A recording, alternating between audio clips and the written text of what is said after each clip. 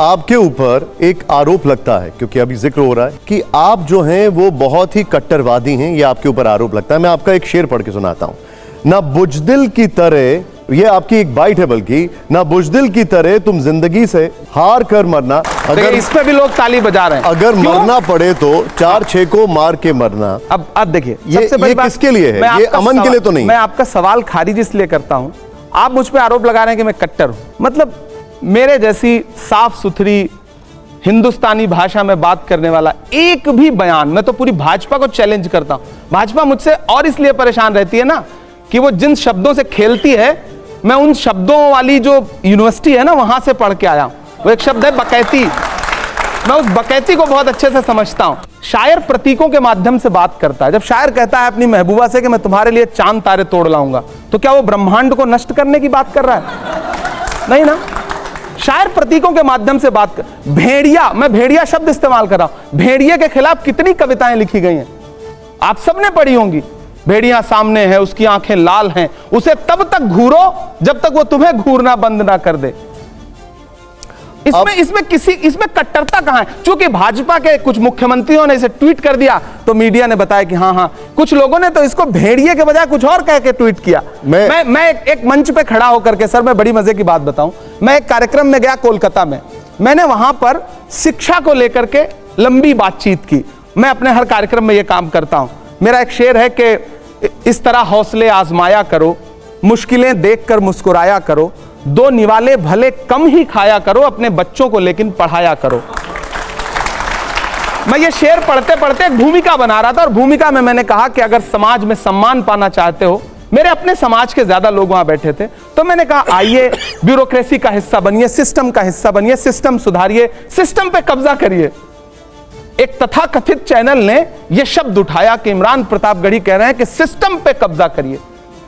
अब जब हम कहते हैं कि दिल्ली की सत्ता पे कब्जा करो, कोई नेता ये कहता है, तो भैया वो राजनीतिक रूप से सक्षम होने की बात कर रहा है, लेकिन मीडिया इसको एक नया नैरेटिव दे देगा और लोग उसके खेल में फंस जाते हैं। आपने एक बड़ी, लेकिन फिर आपके कुछ ऐसे शेर आते हैं या कुछ आपके ऐसे शब्द आते हैं, अभी आपने बकैती का जिक्र किया, उसको लेकर फिर बहुत बड़े सवाल खड़े होते हैं। मैं आपको सुनाता हूं। ऐसा नहीं होगा, कभी ऐसा नहीं होगा, कभी ईमान का कुरान का सौदा नहीं होगा, हमें तो कत्ल कर दो शौक से मंजूर है, लेकिन शरीयत के किसी मुद्दे पर समझौता नहीं होगा। क्यों होगा? क्यों होना चाहिए? आप जिस आस्था को मानते हैं निशान भाई, आप बड़े धार्मिक व्यक्ति हैं, आप अपनी आस्था से क्यों समझौता करेंगे? किसी को नहीं करना चाहिए, किसी भी धर्म का व्यक्ति हो, किसी भी मजहब का व्यक्ति हो। सुन लीजिए, भारत का संविधान कहता है कि सवाल ये है, इमरान साहब अपनी मेरा सवाल सुन लीजिए, मेरा सवाल आस्था है उसको मानने का। मेरा सवाल, देश संविधान से चलेगा या शरीयत से चलेगा? ये सवाल मैं जानता था कि ये सवाल जरूर आएगा। ये सवाल आता क्यों है? दरअसल ये एक खेल है जिस खेल में मीडिया खास तौर से किसी मुस्लिम राजनेता को उलझाने की कोशिश करता है। संविधान कहता है कि आपको फ्रीडम है अपनी आस्था के अनुसार धर्म चुनने का, आप जिस धर्म को मानते हैं उसका सम्मान करने का। इस्लाम धर्म कहता है जिस देश में रहते हो उससे मोहब्बत तुम्हारे ईमान का हिस्सा है। यह सवाल क्यों आता है कि आपको देश ज्यादा पसंद है या इस्लाम पसंद है, या देश ज्यादा पसंद है? संविधान तो धर्म के आधार पर नहीं कहता है। अगर कोई मुझे पूछे कि आपके वालिद आपको लिखा है धर्मनिरपेक्षता के बारे में, आपकी मां आपको नहीं, संविधान में धर्मनिरपेक्षता लिखा है, तो धर्मनिरपेक्ष आप मेरे सामने अभी पूजा करिए, भजन गाइए, मैं आपका सम्मान करूंगा। मैं नमाज पढ़ूं, मैं कुरान की आयत पढ़ूं, आप मेरा सम्मान करिए। धर्मनिरपेक्षता का मतलब यह है, धर्मनिरपेक्षता का मतलब यह नहीं है, गलत तरीके से व्याख्यायित किया गया। सेकुलरिज्म का मतलब यह नहीं कि आप मेरा धर्म मानने लगे, मैं आपका धर्म मानने लगूं। हम दोनों एक दूसरे के धर्म का सम्मान करें, यह है सेकुलरिज्म। अमित शाह जी ने भी सदन के अंदर बोला, बीजेपी कहती है कि शरीयत को मानना है तो पूरा माना जाए, मुसलमान सेविंग्स अकाउंट ना खोलें, लोन ना लें, बैंक में नौकरी ना करें। वो कहते हैं कि शरीयत के क्रिमिनल लॉ को भी माने, चोरी करने पर हाथ काट दें, बलात्कार पर सिर कलम कर दें। गृह मंत्री महोदय से कहना चाहता हूं कि आप संविधान को मानते हैं तो पूरा माने, आधा अधूरा मत माने। देश के मुसलमानों को भी संवैधानिक तरीके से अपना नागरिक मान के प्रधानमंत्री और गृह मंत्री कैसे सवाल के जवाब में सवाल दे दिया? क्यों नहीं करूंगा सवाल के जवाब में? लेकिन अगर ये फैक्ट है तो उसके बारे में क्या कहेंगे? मेरा सवाल है कि क्या देश का प्रधानमंत्री एक धर्म का होता है या सबका होता है? देश का गृह मंत्री एक धर्म का होता है या सबका होता है? राज्य का मुख्यमंत्री एक धर्म का होता है या सबका होता है? आपको प्रधानमंत्री जी, गृह मंत्री जी, कुछ राज्यों के मुख्यमंत्री सब धर्मों के लगते हैं, सब धर्मों के लिए समानता की बात करते हैं? मेरा सवाल है, करते हैं? देखिए ये बात वो एक मिनट इमरान साहब, एक साहब, कभी उनसे पलट के पूछते हैं आप, गृह मंत्री जी से पूछते हैं कि जब आप खड़े होकर के आपका एक मुख्यमंत्री असम का जिस तरह की, लेकिन वो ये भी पूछते हैं कि पर्सनल लॉ सिर्फ मुसलमानों का क्यों? नहीं, हम कह रहे हैं वो उन्हीं, हिंदू कोड बिल नहीं है इस देश में सिखों के लिए अलग से, लेकिन उसके लिए कहा जाता है कि कांग्रेस ने उसको ऐसा बनाया कि उसमें कोई भी स्पेशल अधिकार नहीं मिलता। मीठा मीठा गप, कड़वा कड़वा थू, कुछ भी हो आप बाकी जाके कांग्रेस पे यार, क्योंकि आपको मुसलमानों के कंधे पे बंदूक रख के वोट मांगना है, इसलिए आपको मुसलमानों को टारगेट करना है। मुझे पता है आप मस्जिदों के नीचे भगवान नहीं ढूंढ रहे हैं, आप वोट बैंक ढूंढ रहे हैं, इसलिए आपको बुरा कहना है। ठीक है, कहिए, धीरे धीरे जनता समझदार होगी। और जब देखिए सच बात है, मोहब्बत की सदाएं देना और मोहब्बत के लिए लोगों को एकजुट करना थोड़ा मुश्किल काम है। नफरत के लिए आप किसी चौराहे पे खड़े हो जाइए, किसी भी धर्म के हों, आप अपने धर्म का नारा लगाना शुरू कर दीजिए, आएं बाएं बकने लगिए, 100 लोग खड़े हो जाएंगे, 1000 लोग खड़े हो जाएंगे, और आप खड़े होकर के मोहब्बत की बात करना शुरू करिए, लोग कहेंगे पागल है क्या यार ये। अच्छा इमरान साहब, इस दौर में मोहब्बत की बात कर रहा है, नादान हो, इस दौर में क्या ढूंढ रहे हो तुम? जहर की शीशी में दवा ढूंढ रहे हो। मेरा सवाल यह है कि दुनिया में हम जो प्रैक्टिकली दुनिया में देख रहे हैं, ये मुस्लिम ही ज्यादा सबसे आतंकवादी है, और जो मासूम लोगों की हत्या कर रहे हैं, तो इंसानियत कहाँ है? माशाल्लाह, भाई साहब ने 2 दिन तकरीर सुनी और उसे यकीन हो गया क्या कुरान में सबसे ज्यादा इंसानियत है। माशाल्लाह, उसकी मुबारक देता हूँ। लेकिन सवाल अहम है, सवाल गलत नहीं, आपका सवाल सही है। सवाल है कि हम देख रहे हैं मुसलमान ही आतंकवादी है, ये झगड़ा फसाद, मुसलमान फंडामेंटलिस्ट है, मुसलमान टेररिस्ट है, आतंकवादी है। जब हम कुरान पढ़ते हैं तो हमें इसका इज़हार होता है, लेकिन ये है क्यों गलतफहमी, जिस तरीके से मीडिया गलतफहमियां फैलाती है, हम उसको इग्नोरेंस में, अनजाने में मान लेते हैं। टेररिस्ट के मानी क्या है? मैं कहता हूं हर मुसलमान टेररिस्ट होना चाहिए, आतंकवादी होना चाहिए। आतंकवादी की मानी क्या है तो समझ लो। टेररिस्ट उसे कहते हैं जो इंसान दूसरे इंसान के दिल में टेरर पैदा करता है। अगर कोई चोर पुलिस को देख रहा है तो उसके दिल में टेरर आता है, खौफ आता है, उस चोर के लिए पुलिस टेररिस्ट है। इस तरीके से हर मुसलमान, कोई भी एंटी सोशल एलिमेंट मुसलमानों को देखता है, उसके दिल में खौफ आना ही चाहिए।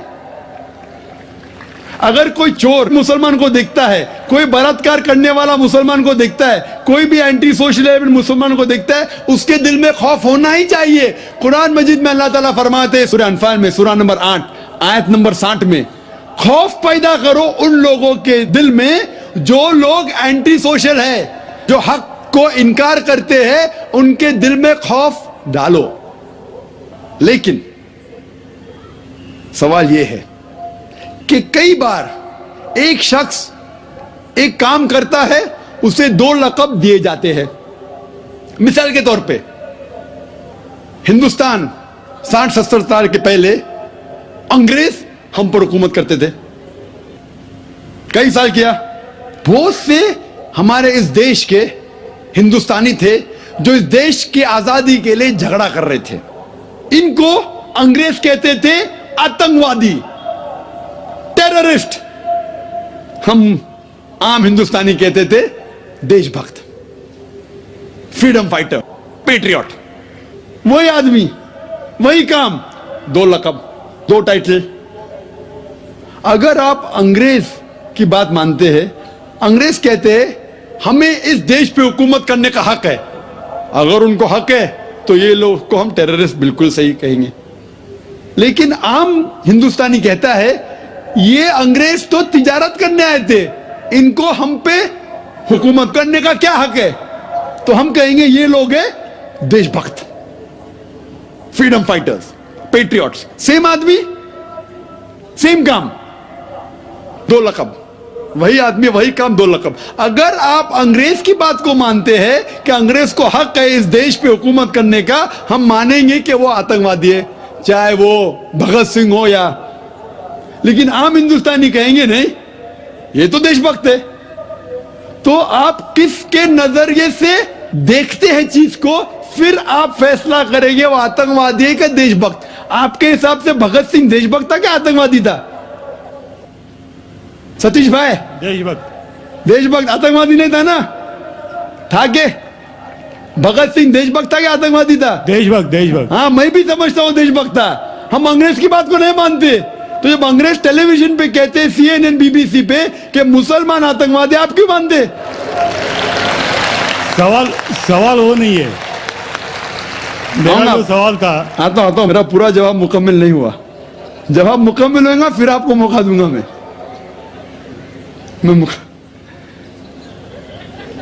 Nelson Mandela, old south African government जो थी, सफेद हुकूमत, वो नेल्सन मंडेला को टेररिस्ट नंबर 1 कहती थी। उसे अरेस्ट करके रॉबिन आइलैंड में 25 साल के लिए कैद कर दी। Terrorist number 1। जब नई हुकूमत आती है उसे छोड़ देती है, उसे प्रेसिडेंट बनाती है, टेररिस्ट बन जाता है प्रेसिडेंट। चंद साल बाद उसे नोबेल प्राइज फॉर पीस मिलता है। वही आदमी, वही काम। ऐसा नहीं कि पहले वो गलत काम किया, फिर अच्छा काम किया, फिर उसको अवार्ड मिला। वही काम के लिए जो पहली गवर्नमेंट ने कही थी, सफेद गवर्नमेंट ने, कि वो टेररिस्ट है, आतंकवादी है, नोबेल प्राइज कमेटी ने उसे नोबेल प्राइज दिया फॉर पीस, अमन के लिए। हैरत की बात है, जो आदमी आतंकवादी है उसको मिलता है नोबेल प्राइज फॉर पीस। जो आदमी का पावर है, जो आदमी वो कहता है, लोग उसकी बात को मान लेते हैं इग्नोरेंस के अंदर, अनजानी में। लेकिन कुरान कहता है सूरह इसरा में, सूरह नंबर 17 आयत नंबर 81 में, वकुल जाल हक मजाकल बातिल इन्नल बातिल काना ज़ौका। जब हक बातिल से टकराती है, बातिल का सर्वनाश हो जाता है। ब्रिटिशर्स अमेरिकन के ऊपर हुकूमत करते थे। अमेरिकन रेवोल्यूशन हुआ 18 सदी में। ब्रिटिशर्स कहते थे, मैं लंदन गया था 2 महीने पहले, वापिस से जाऊंगा 2 हफ्ते बाद। वो बॉम्ब ब्लास्ट हुआ था ना, बॉम्ब ब्लास्ट हुआ था, पता है, 7 जुलाई को। तो लोग आए थे, खराब है। मैं भी बोला ठीक है खराब है। तो वहां टोनी ब्लेयर आने वाले थे, वक्त नहीं मिला तो अपने चीफ ऑफ पुलिस को भेजे। बाद में मेयर आए थे। तो मैंने उनसे पूछा, आपकी इस देश ब्रिटिश गवर्नमेंट जब हुकूमत कर रही थी अमेरिकन गवर्नमेंट पे 18 सदी में, वो जॉर्ज वॉशिंगटन और बेंजामिन फ्रैंकलिन को टेररिस्ट नंबर 1 कहते थे, टेररिस्ट। उसके बाद जॉर्ज वॉशिंगटन बन जाता है प्रेसिडेंट ऑफ यूएसए, टेररिस्ट बन जाता है प्रेसिडेंट ऑफ यूएसए। वो गॉडफादर है, गुरु है किसका? जॉर्ज बुश का भी, ठीक है ना, जॉर्ज बुश का गुरु है। वो जो आतंकवादी आप कहते थे, उसके शागिर्द के दोस्त भी आप है। क्या बात है, आपका नजरिया क्यों बदल रहा है? आप कहते थे टेररिस्ट चंद सदी पहले, अभी आप उनके दोस्त थे।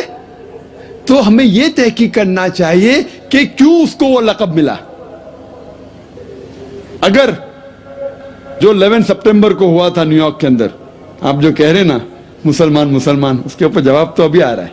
ये तो खाली वो स्टार्टर्स बोलते ना, स्टार्टर्स, सूप पीते पहले तो जरा बराबर खाना हजम होता है। मेन मील तो अभी है। मुझे एक शख्स ने पूछा था जब मैं ऑस्ट्रेलिया गया था, और इंग्लैंड के अंदर भी, doctor Zakir Naik, do you consider bin Laden to be a terrorist? क्या आप बिन लादेन को टेररिस्ट मानते हैं? तो मैंने कहा, भाई मैं बिन लादेन को जानता नहीं हूं, मैं यही नहीं कह सकता हूं वो टेररिस्ट है क्या नहीं, अच्छा है क्या बुरा, मैं नहीं जानता हूं। कुरान में लिखा है सूरह हुजुरात में, सूरह नंबर 49 आयत नंबर 6 में, कि जब भी कोई बात कोई कहता है पहला तहकीक करो फिर दूसरे तक पहुंचाओ। अगर मैं CNN और BBC की बात मानूं तो मुझे कहने पड़ेगा कि बिन लादेन टेररिस्ट है, लेकिन मैं क्यों मानूं बात उनकी? क्योंकि मैं आदमी हूं जो घूमता हूं मीडिया में, जानता हूं माशाअल्लाह। तो मैं कहता हूं ना बिन लादेन मेरा दोस्त है ना मेरा दुश्मन है, मैं नहीं जानता हूं। लेकिन अब ये मुझे पूछना चाहते हैं टेररिस्ट नंबर 1 कौन है, तो ये तो जानता हूं मैं, CNN जो अमेरिकन चैनल है, जॉर्ज बुश उसका प्रेसिडेंट है, गर्व से कहता है कि हमने हजारों अफगानिस्तान लोग को बम गिराए, कत्ल किए, इराक में हजारों का कत्ल किया। ठीक है, मान भी लो बहस के तौर पे बिन लादेन ने किया, मान लो, मैं नहीं कहता हूं, मान लो बिन लादेन ने किया कि 11 सितंबर को ट्विन टावर को अटैक किया और 3000 या 5000 लोग मरे। लेकिन अगर 3 या 4 हजार लोग मरे, 5 हजार लोग मरे, उसका यह मतलब नहीं होता है कि आप उससे डबल लोग को अफगानिस्तान में मारे एक आदमी की वजह से। कर सकते? अरे बिन लादेन को पकड़ के मारो ना, अगर मानना है तो। अगर उसने किया, सबूत है तो सबूत पूछते अफगानिस्तान गवर्नमेंट ने, मर दे कि सबूत क्या है, वो सबूत देता टोनी ब्लेयर को। है सबूत पूछ रहा अफगानिस्तान कि आप मुझे सबूत दो, सबूत क्या है तो हम उस पर तहकीक करेंगे, सजा देंगे उसको। वो सबूत देते हैं मुशर्रफ को। पूछ रहा है आपका, किधर का इंसाफ है ये? किधर का इंसाफ है? प्लेन भेजते हजारों लोग का कत्ल किए अफगानिस्तान में, इराक में। मैंने कहा यूके में, ऑस्ट्रेलिया में, यहां भी अगर टेररिस्ट नंबर 1 है तो जॉर्ज बुश है।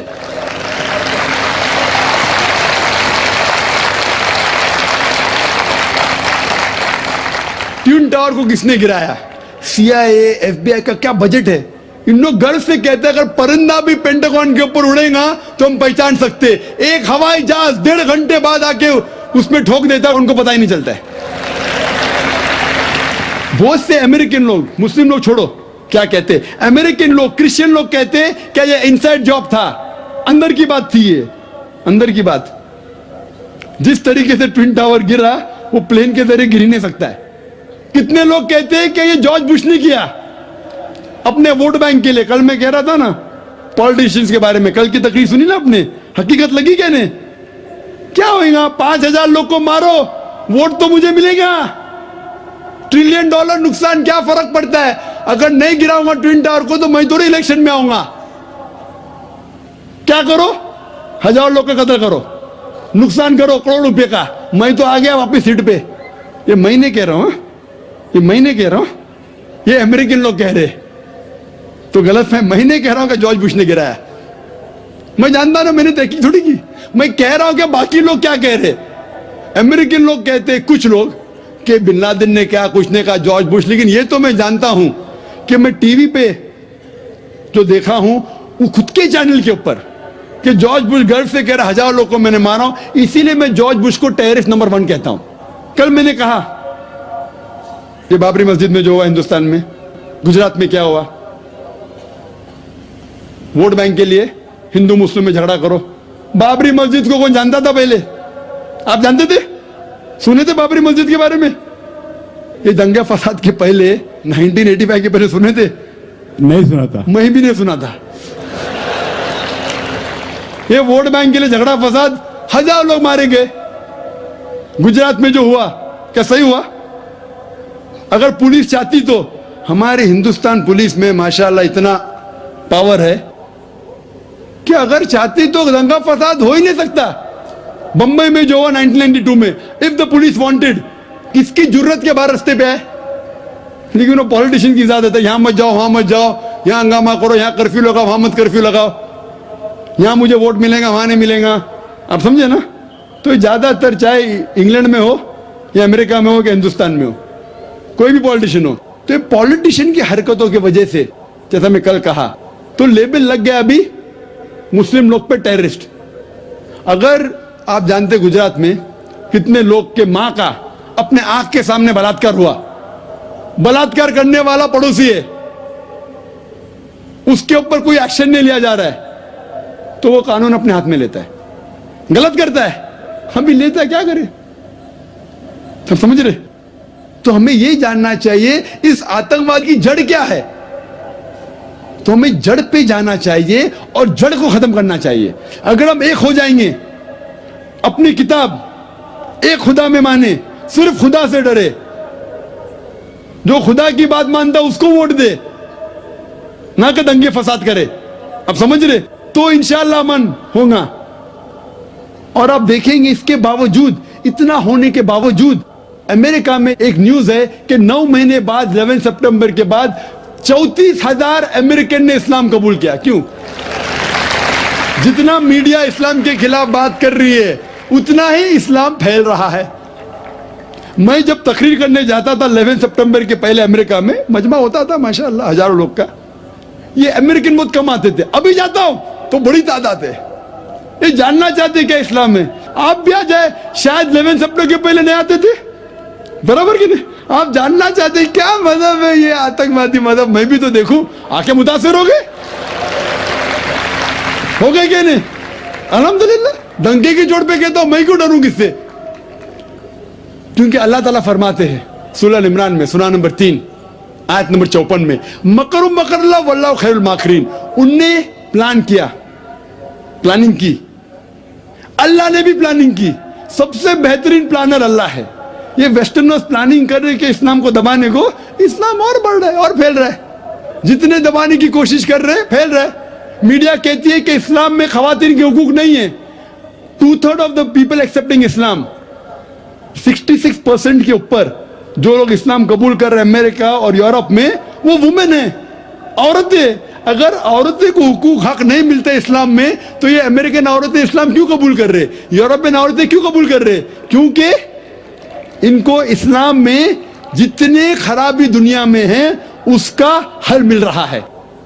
योन रेडली थी एक ब्रिटिश रिपोर्टर जो अफगानिस्तान में गई थी रिपोर्ट करने के लिए तालिबान के वक्त। जिस तरीके से सलूक किया तालिबान ने उनके साथ, मैं तालिबान का दोस्त नहीं हूं भाई, फिर तो आप बोलेंगे तालिबान का एजेंट आ गया। मैं ना बिन लादेन को जानता हूं ना कोई तालिबान को जानता हूं, हक की बात कहता हूं, डरता नहीं हूं। अगर ब्रिटिशर्स ने कहा कि भगत सिंह टेररिस्ट है, मैं उनके खिलाफ हूं, डरता नहीं हूं। तो योन रेडली ने इस्लाम कबूल किया, बाद में गई थी खिलाफ लिखने के लिए, मुतासिर हो गई, मुस्लिम बन गई। तो इसीलिए हमें हक की तहकीक करना चाहिए और हमें जो लोग हक के खिलाफ है उनके साथ जंग करना चाहिए, तभी इस दुनिया में अमन होगा। तो नाज़रीन, ये थी हमारी आज की वीडियो इमरान प्रतापगढ़ी के बातें तो आप लोगों ने सुन लिया। इन्होंने बहुत ही खूबसूरत तरीके से उस मीडिया वाले को समझाया। मीडिया वाला का कहना है कि आप एक कट्टरपंथ हो, आप नफ़रत फैलाते हो। दोस्तों, जब भी इस्लाम के तरफ से कोई भी मुसलमान आवाज़ उठाता है तो उसके पीछे मीडिया पड़ जाती है।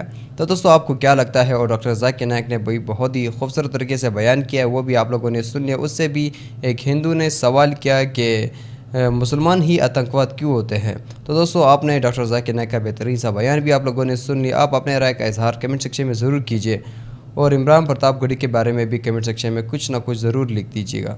तो दोस्तों, वीडियो कैसी लगी कमेंट करके ज़रूर बताइए और वीडियो को लाइक और चैनल को सब्सक्राइब करना बिल्कुल ना भूलिए। मिलते हैं नेक्स्ट वीडियो में, तब तक के लिए अल्लाह हाफिज़।